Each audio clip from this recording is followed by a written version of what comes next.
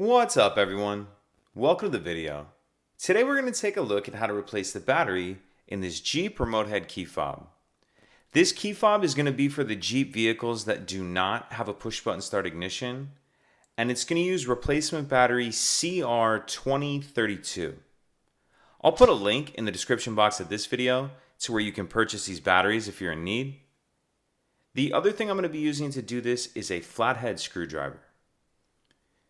So if we grab our key and we hold it with the buttons facing down, and then we take a look at the one side kind of down by the key blade, we see there's this little notch right here. So what I'm going to do is put my screwdriver in that notch and then just twist. So put the blade of your screwdriver in that notch and then twist. And as I do that, it pops that back of the shell up. Go ahead and pull that the rest of the way off. And then in the back piece, we see our battery right here.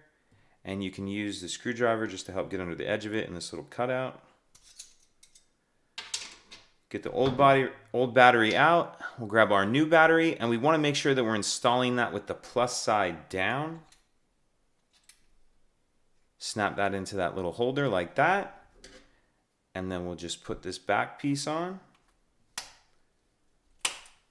And that's it. Pretty simple. If you have any questions, please let me know. If you could take a second to like and subscribe, it helps us out, and I'd appreciate it. Thank you.